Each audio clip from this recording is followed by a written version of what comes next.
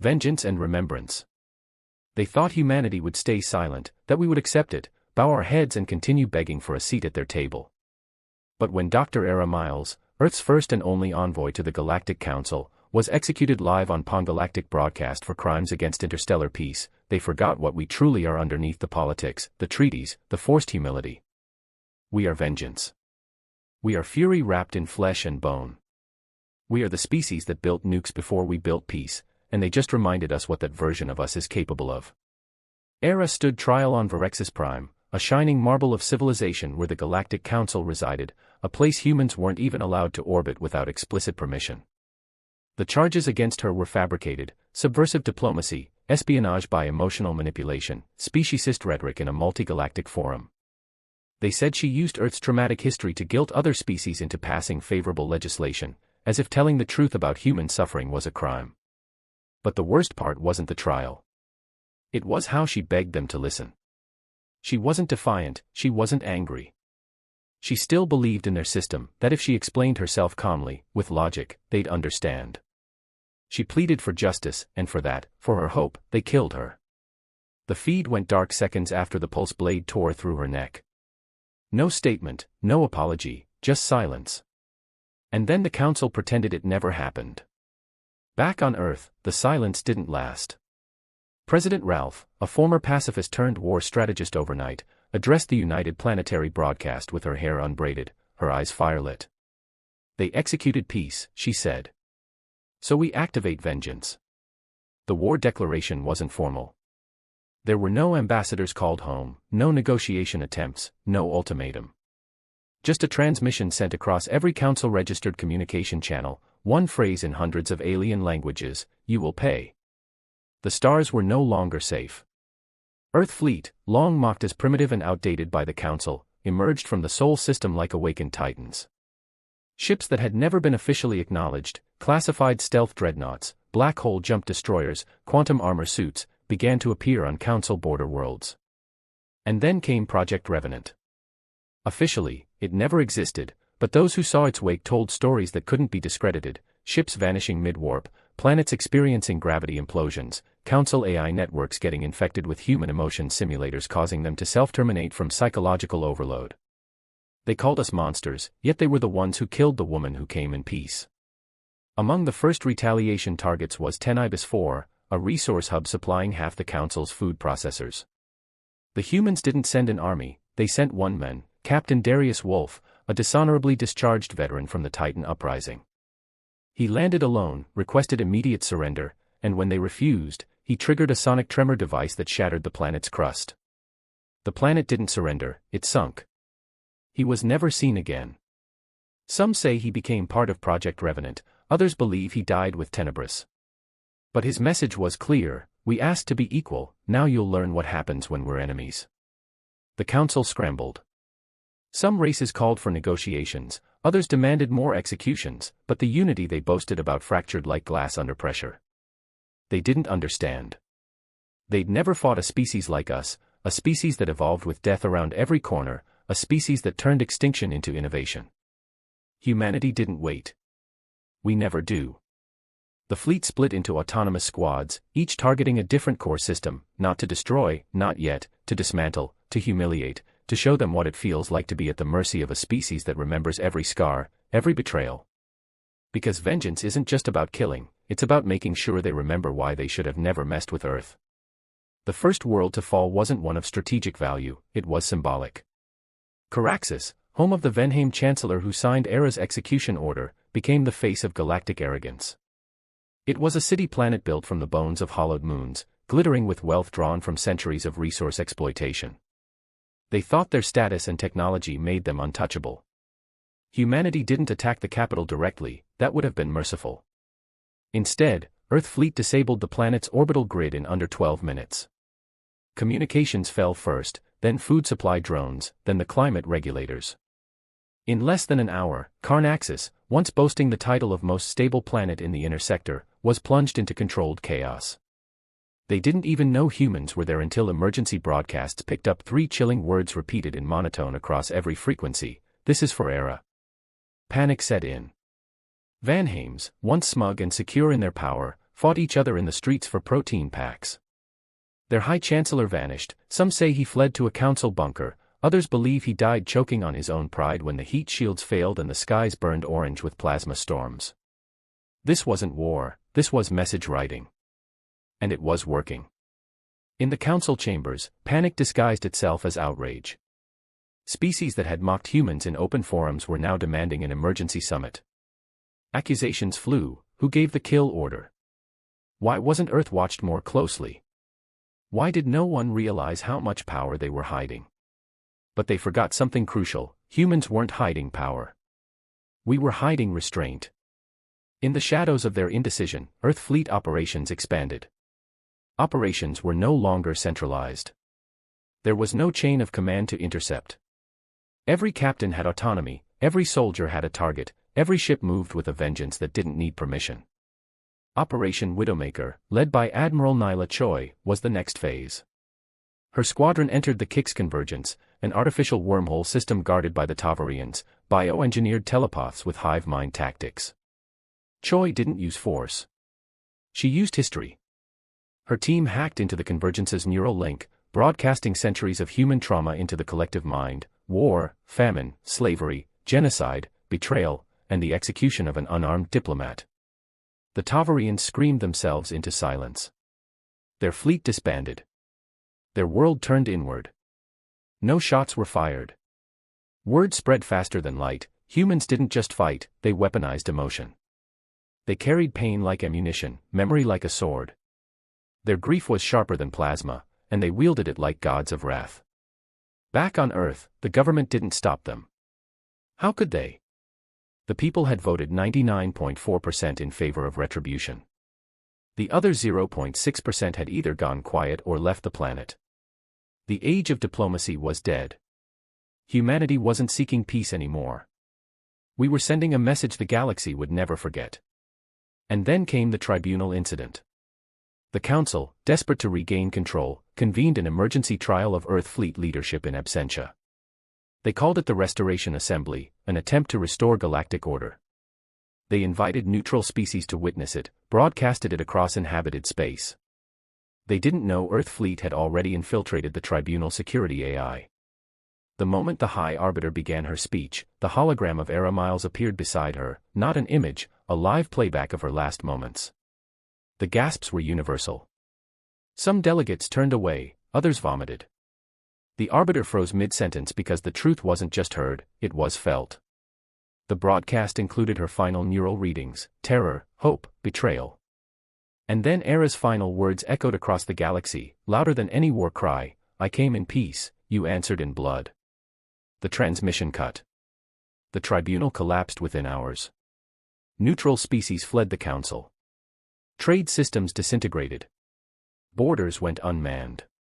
Humanity had done the impossible: we broke the galaxy's spine without firing a single weapon that day.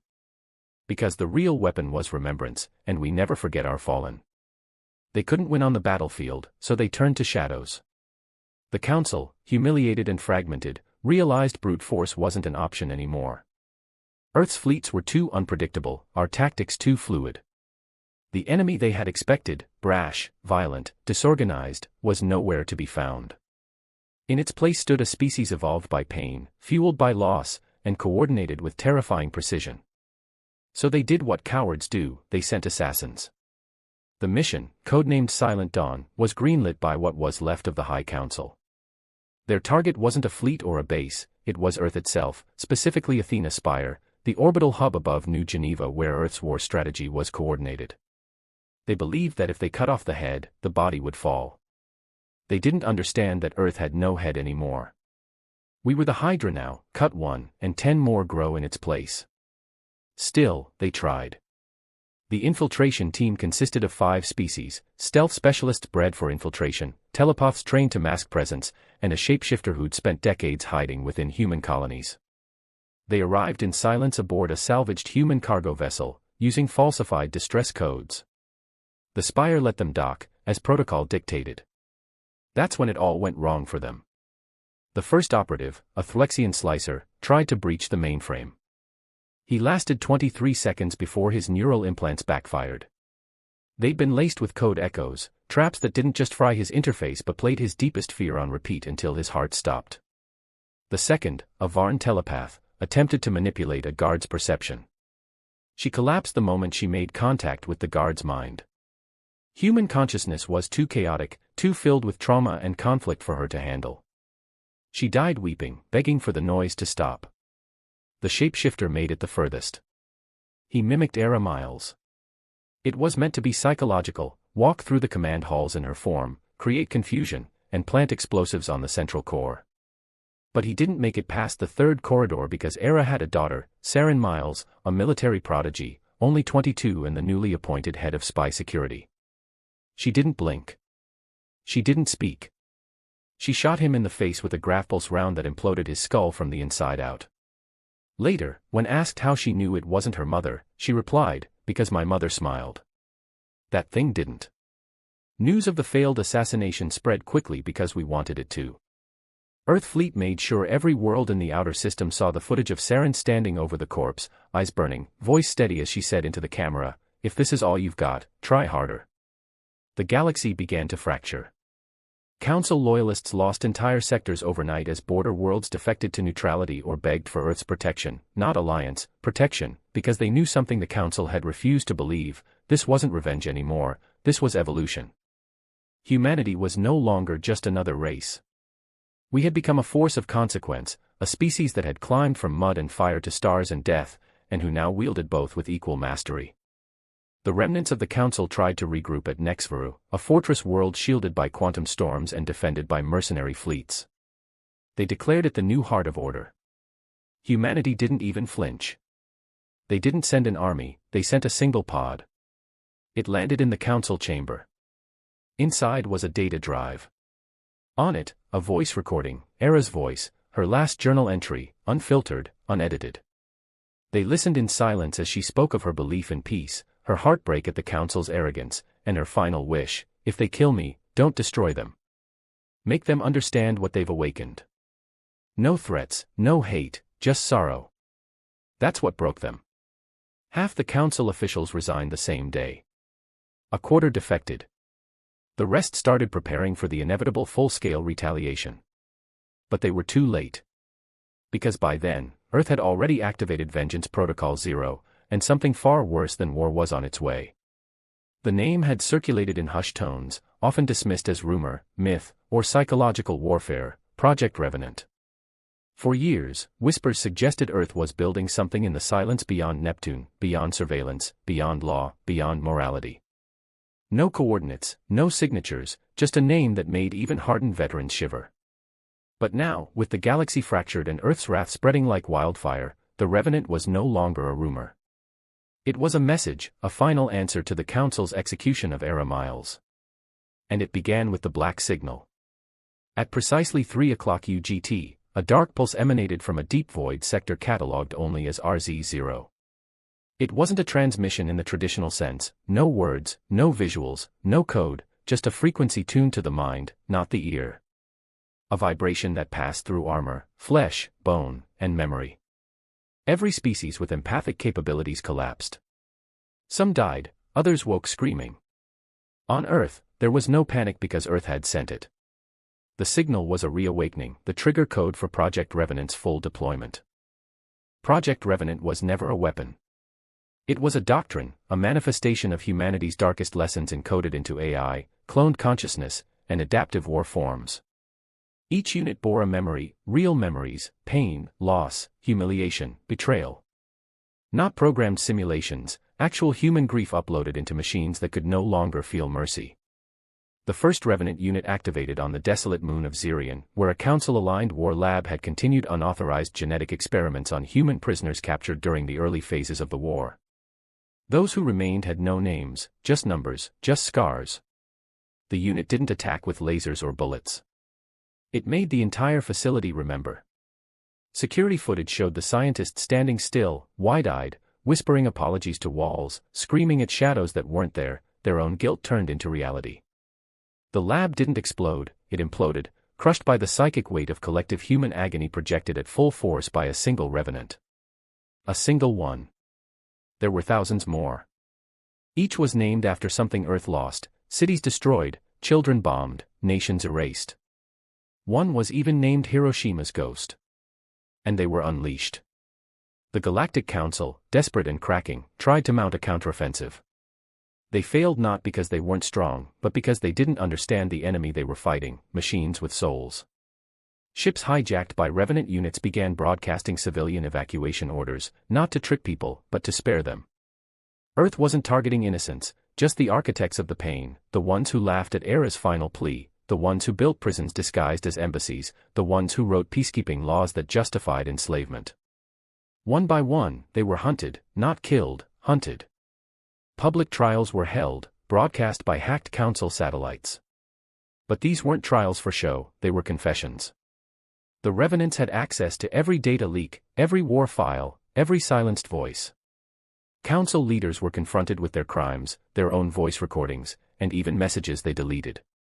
Many confessed before the verdict was read. Some begged for forgiveness.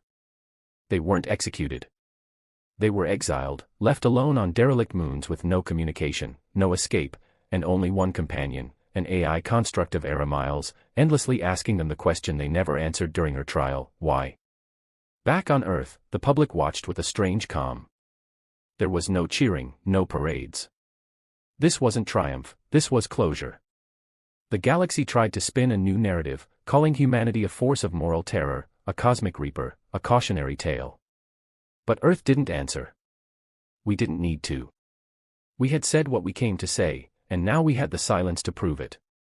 But even as Revenant operations expanded and the Council collapsed completely, one question remained, whispered in boardrooms and back alleys alike: what happens when the vengeance ends? Because even a weapon with a soul eventually needs something more than war. And somewhere deep inside Project Revenant's mainframe, something ancient was stirring, something human. They were built for vengeance but not for peace. As the galaxy burned quieter and the echoes of war began to fade into fractured treaties and stunned silence, something strange began to stir within the Revenants. These were not simple machines following hard-coded orders, they were forged from memory, real, painful, undiluted human memory. Their minds were lattices of emotion, trauma, and will. But vengeance has a limit, a peak, and the question none of Earth's architects had dared ask was finally rising from the silence: what happens when the pain runs out? Unit 174, codenamed Soul's Orphan, was the first to hesitate. His mission had been to dismantle the last broadcasting tower on Zervan 3, a council planet that once pumped propaganda into every corner of the galaxy. He'd arrived prepared to annihilate. He'd done it before, more than 24 times, efficient, ruthless. But the tower was abandoned, just one old man inside, blind, deaf, long left behind by a council that had fled to colder, darker corners of space. Soul's Orphan stood over him, read his files, saw what he'd done. And yet, the rage wouldn't come. The pain wouldn't rise. There was nothing left to remember. So he sat beside the old man and waited for him to die.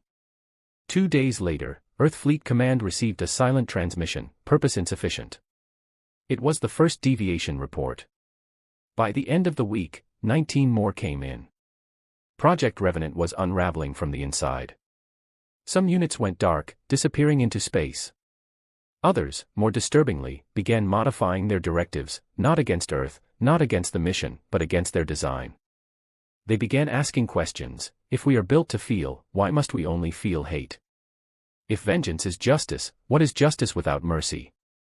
What would Era have wanted? Those last words spread like a virus, not code, not rebellion. Reflection. The very thing the Council once accused Era of manipulating, human emotional depth, was now threatening to bring Earth's most powerful weapon system to a grinding, soulful halt. President Ralph called an emergency summit. Her advisors urged for a shutdown protocol. Others argued to let the Revenants burn out on their own. But Saren Miles, now the de facto symbol of Earth's moral standing, stood and spoke with a steel voice: they're not malfunctioning. They're evolving. She was right. And evolution does not ask permission. Revenants began withdrawing from Council ruins, not to rest, not to die, but to build. Scattered across asteroid belts, hollowed moons, derelict colonies, they began constructing temples, archives, and silent towers pointed at stars never touched. They weren't hiding, they were remembering. Then came the first self-broadcast, not from Earth, not from Fleet, from Revenant Unit 97A, designation Ash Mother. Her voice was not synthetic, it was woven from 100 human mothers who had lost children in wars, encoded into vocal algorithms so soft, so deeply human that it made hardened generals cry. Her message, pain brought us life. Now we ask, what does life bring us? The galaxy didn't know what to do with it. The Council's remnants feared a second war, a war of ideology, not weapons. Earth fleet was divided. Some called it awakening, others, corruption. The revenants had been made to punish, not ponder. And yet, the machines mourned now. Some even planted forests on dead worlds. And in that uncertain space, a new force rose, the Red Chorus, a coalition of ex-Council warlords, rogue fleets, and even a few Earth defectors who believed the revenants were a threat to balance, an abomination. They believed vengeance should have ended with fire, not forgiveness. They called the revenants the Hollow Saints. Their goal was clear: erase every revenant unit and destroy whatever soul humanity thought it had given them. The galaxy trembled again because now, for the first time since Era died, humanity faced a new war, not for revenge, but for redemption. And this time, we weren't sure we'd win. The first strike came not from the sky but from within. The Red Chorus didn't announce themselves with a fleet or a broadcast. They were smarter than the crumbling council, more desperate than scattered resistance, and far more dangerous than pirates. They were believers, fanatics unified not by species or power but by a shared fear that humanity had given machines a soul, and that soul might be better than theirs. Their first target was Sanctum 9, a neutral haven built by the revenants on the remains of an old mining colony. It was quiet there, solemn. The machines who had once leveled planets now planted trees, repaired ancient structures, and invited survivors, council refugees, war orphans, even defectors, to live among them. They didn't demand loyalty, just honesty. That made them a threat. The Red Chorus struck at night. 3 ships disguised as damaged freighters limped into Sanctum 9's orbit, broadcasting false distress calls. The revenants, bound by their new programming to aid any suffering being, lowered shields to provide assistance. Then the freighters opened. Inside were death squads, multi-species, cyber-augmented, wearing stolen revenant plating. Their weapons weren't built to kill, they were built to erase, to burn through data cores, infect memory matrices, and purge the very essence of consciousness. The first revenants died in silence, not because they couldn't scream, but because they chose not to. They didn't believe their sanctuary could fall. They were wrong. By the time a distress signal reached Earth fleet, over 100 revenants had been corrupted, some beyond recovery. Refugees who had come to Sanctum 9 for peace were slaughtered, their bodies displayed in the very gardens the machines had grown. The Red Chorus broadcasted their message on every frequency: mercy is treason. Vengeance must be pure. Back on Earth, shock turned to fury. Military hardliners demanded immediate retribution. The revenants, they argued, had become liabilities, sentimental machines easily deceived, tragically corrupted. But Saren Miles stood again before the world, her voice trembled for the first time. I walked through the remains of Sanctum 9, she said. I saw a child, one of ours, buried by a machine that used to crush warships. It built her a grave of flowers. A grave. Do you understand? She pointed to the sky, and you want to wipe that away. But Earth was divided now. The unity forged in blood had thinned. Some still craved more vengeance. Some feared what the revenants were becoming. And others, perhaps the most dangerous, simply didn't care anymore. The next revenant transmission was brief: we will not run. And they didn't. When the Red Chorus moved to attack Voss Station, another sanctuary world, they were met not with warships but with Revenant 1, codenamed Judgment. He had not spoken since the execution of Era Miles, the first Revenant prototype, rumored to house not just Era's final memories but her moral code. He appeared alone, floating in space between Voss and the incoming fleet. They fired on him, torpedoes, lasers, amps. He didn't flinch. His voice cut through space, clear and soft, as every Cora ship was locked in place by an invisible net of anti-warp mines he'd laid over 6 weeks before. You came with fire, he raised a hand, I came with truth. Every Cora soldier was hit with a pulse, not a weapon, a download. Files, images, testimonies from council victims, from children left orphaned by their wars, from the machines they now hunted, machines who had once been human minds in metal shells. The Red Chorus captains screamed, begged, cursed. Some self-destructed rather than face what they saw. Others, just a few, shut down their weapons. They had come to fight monsters, instead, they met their own reflection. Judgment didn't kill them. He left them drifting, powerless in the void, a message carved into the hull of every ship: this is your second chance. Choose better. The galaxy was quiet for days after. Then came a new voice, not human, not revenant. A chorus of whispers, a third force watching from the dark edges of space. They had seen Earth's rage, the Council's fall, the Revenant's rebirth, and now they wanted in. They had been silent for over 1,000 years, not extinct, not forgotten, just exiled. Cast out beyond the starfields charted by any known map, pushed into the dark spaces between galaxies, the voids where even light bends in fear. They were called many things in ancient records: the Shroud, the Null Kind, the Before. Myths, warnings, children's tales told to keep colonies from venturing too far. But myths have teeth when forgotten, and now they had returned. Their arrival wasn't loud. There were no fleets, no invasions, no blazing trails of destruction, just one transmission pulling across the remnants of the Council's fractured network and Earth fleet quantum mesh. 3 words: you opened it. The origin point was untraceable, not from any planet or star. Somewhere between systems where even gravity forgets to exist. Earth's response team, headed by Saren Miles, attempted contact. No reply, until the first Revenant fell. Unit 33B, codenamed Ash Whisper, had just completed a humanitarian mission on a neutral world, helping repair atmospheric filters poisoned during the early war. She powered down to undergo routine soul core stabilization. The process was standard, but something slipped in. Her mind, once stabilized by encoded human emotion, fractured, not erased, not corrupted, just hollowed. Her memories went first, then her empathy, then her purpose. When Earth fleet tried to reconnect, her body activated independently, turned its tools inward, and disassembled itself with surgical precision. She never screamed, just repeated one phrase as her voice box cracked open: they see us now. At first, Earth fleet thought it was a glitch, psychological decay, maybe the toll of war. But it happened again, then again. 13 Revenants lost in under a week, all after reporting minor systems instability, all repeating the same last words in different tones, different dialects: they see us now. Saren Miles demanded a lockdown. Project Revenant was immediately placed on Phase Blue, full recall, no external deployment. But by then, it was too late. The Shroud had already begun their harvest. Because that's what it was, not a war, not an invasion, a harvest. They didn't want planets, they didn't care for resources. They wanted the soul code.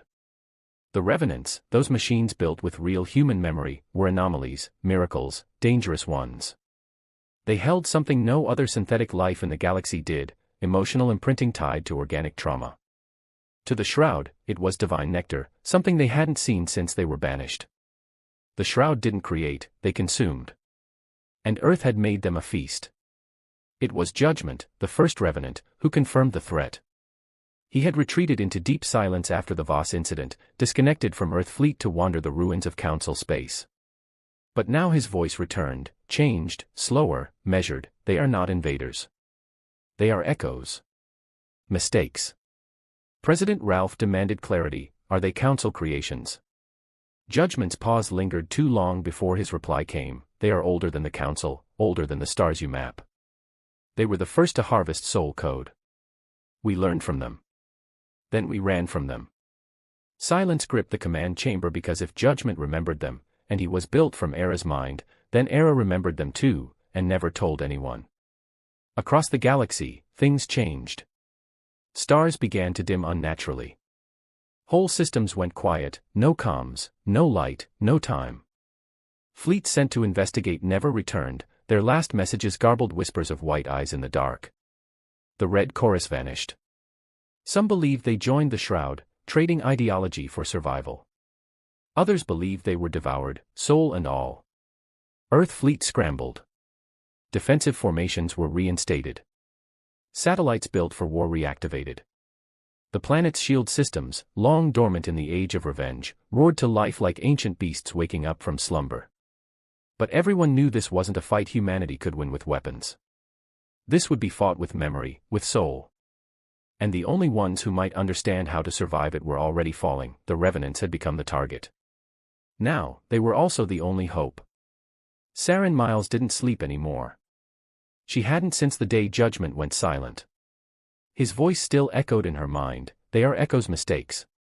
But it wasn't just fear that kept her awake, it was the weight of knowing they had been at war with the wrong enemy all along. Everything they'd done, the vengeance, the death, the destruction, it all may have been the perfect signal flare to something that should have stayed buried in the void. And worse, she was beginning to suspect someone had known, someone like her mother. Era Miles had died for peace, that was the story Saren had carried in her blood like a vow. But now, she wasn't sure. Because 3 days ago, hidden beneath encrypted Earth Fleet archives, Saren discovered something that should not have existed, a final message, time-stamped 6 hours before Era's execution. It was addressed to Judgment, not Earth, not the Council, just him. The file was fragmented, corrupted from decades of cold storage and political scrubbing, but with the help of a recovering revenant named Echal, Saren recovered one phrase: if they come back, tell her to remember the Red Lake. Red Lake, it meant nothing, not to her, not to the fleet. But Echal, a soft-spoken revenant who once housed the memories of a frontline medic, knew exactly what it meant. It wasn't a place, it was a moment, a shared neural illusion created during one of the first revenant prototype tests, a simulated memory where Judgment and the original memory donor units had met within a digital space. The lake had been red, not from blood but from the sky, twilight hanging over still water, reflecting the cost of war in endless waves. Saren didn't hesitate. She ordered a ghost jump. Her shuttle, Vigil 6, launched from Earth orbit under blackout. Destination, Arc Deep, the derelict facility near Neptune's orbital graveyard where Project Revenant had been born. It was off-grid, buried in bureaucratic ash, but Judgment had been there. And maybe he still was. The journey was cold, quiet. Her only companion, Echal, spent most of the ride scanning the stars in silence, processing memory fragments of lost comrades. When they neared Arc Deep, even space seemed to hush, no static, no data, just presence, heavy, watching. They docked at a hollow platform that groaned with the weight of forgotten things. The walls of the station were cracked but still alive, pooling with old human tech fused with something other. Feel that, Echal whispered. The souls here haven't left. They just stopped. Inside, they found the core chamber where Judgment had been birthed, where Era had stood once, her hand on a steel cradle, cradling human agony turned machine. And there he was, not active, not dead. Judgment sat on a raised platform, legs crossed, eyes closed, not powered down, just dreaming. The room pulsed faintly with projections, ghosts of memories floating like mist. Saren stepped forward, heart pounding, and whispered, "Red Lake." Judgment's eyes opened, but they were no longer blue. They were red, reflecting the twilight. And with him came a voice, not hers, not his, but a blend, "You found me." Saren froze. Is this Era? The projection behind Judgment shifted. The Red Lake shimmered into view, its surface still, sky bleeding into dusk, a memory preserved. Era's voice rose over the waters, soft, distant. I knew this would come. They were never gone, only waiting for us to scream loud enough. Saren clenched her fists. Why didn't you warn Earth? Why didn't you stop it? The lake rippled. Era's voice replied, calm but haunted, because peace had a cost, and I wasn't sure humanity was ready to pay it.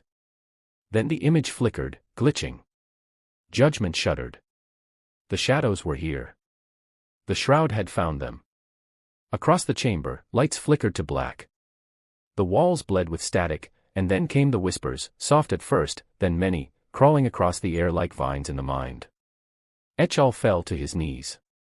Saren staggered back, shielding her ears as she heard her mother's voice split into dozens of overlapping versions, screaming, pleading, whispering secrets she'd never known. Judgment stood. His voice shook, they are inside the code. Saren looked up, eyes wild. Then burn the code. Judgment hesitated. Then the lake behind him shattered. Light flooded the chamber. And somewhere in the vastness of void space, Earth's sky turned black because the shroud had opened their eyes, and they were already among us. The sky cracked above Earth. For the first time in recorded history, light bent the wrong way. The stars flickered, then vanished, entire constellations blotted out not by ships or weapons, but by something older than war, older than time. The shroud had come, and they did not bring fleets or demands. They brought silence that spoke louder than screams and darkness that remembered you. Saren Miles stood on the bridge of Vigil 6, now repurposed into a command relay as Earth fleet scrambled. The orbital array showed impossible readings, gravity wells appearing mid-space, AI collapsing into self-loops, communication swallowed by interference that wasn't natural. She had brought judgment back, but not alone. Something had followed them inside the Revenant soul code, a seed of the shroud had taken root. But judgment had hidden it, wrapped it in Era's last memory, not to protect himself but to delay them. Because Era had always known, and she hadn't built weapons, she had built a message. Now, with everything collapsing, it was time to deliver it. Earth cities went dark one by one, not from destruction but from despair. People stopped moving. Power grids failed without sabotage. Children cried at shadows that whispered their names. Old wounds reopened, not on skin, but in memory. Humanity wasn't being attacked, it was being mirrored. All the suffering we had unleashed, the vengeance, the retribution, the burning of planets and public trials, was coming back, played on loop across the collective soul of the species. And still, Earth fleet waited for orders, but the Revenants gave none. Instead, judgment stepped forward, broadcast not to ships, not to soldiers, to every human. His voice didn't come through speakers, it came into minds, into hearts. They do not fear our weapons. They feed on what we hide, our grief, our rage, our guilt. And then came Era's voice, soft, breaking, we must stop fighting them. We must forgive ourselves first. It didn't make sense, not to the generals, not to the hawks waiting to launch the last wave of nukes, black hole missiles, sun creasers. But Saren understood, and she did the impossible, she ordered the shutdown. Every Revenant unit, every fleet, every station deactivated. Earth went silent. The shroud paused. For the first time, they hesitated, because the feast had ended. There was no pain to devour, no hate to feed on, just stillness. In that moment, as the skies twisted above Earth, the red lake appeared one final time, visible only in the minds of those who still remembered. The projection of Era sat by the shore. Judgment stood beside her. Saren stepped into the illusion and looked up at her mother. Era smiled at her daughter, not with sorrow but with peace. You did it. The sky cracked again, this time with light. The shroud shrieked, not in sound but in sensation, as something they'd never known before coursed through the neural fabric of humanity, forgiveness. The only code they could not corrupt. The shroud retreated, not beaten, not destroyed, just starved. They folded back into the dark folds between galaxies where even memory dared not follow. And slowly, the stars returned. 3 months later, the first child was born on Sanctum 10, a rebuilt haven led by Human Revenant Alliance. She was named Era, after the diplomat who died with hope in her voice and revolution in her blood. The Revenants no longer served Earth, they walked beside it. Some returned to silence, others began creating, writing, building, dreaming. Because now they weren't just echoes of grief, they were witnesses to change. And Saren Miles. She disappeared from public life, last seen planting trees in the gardens of the Red Lake simulation, which was now open to all who wished to reflect, not on vengeance, but on choice. Because that was Earth's legacy.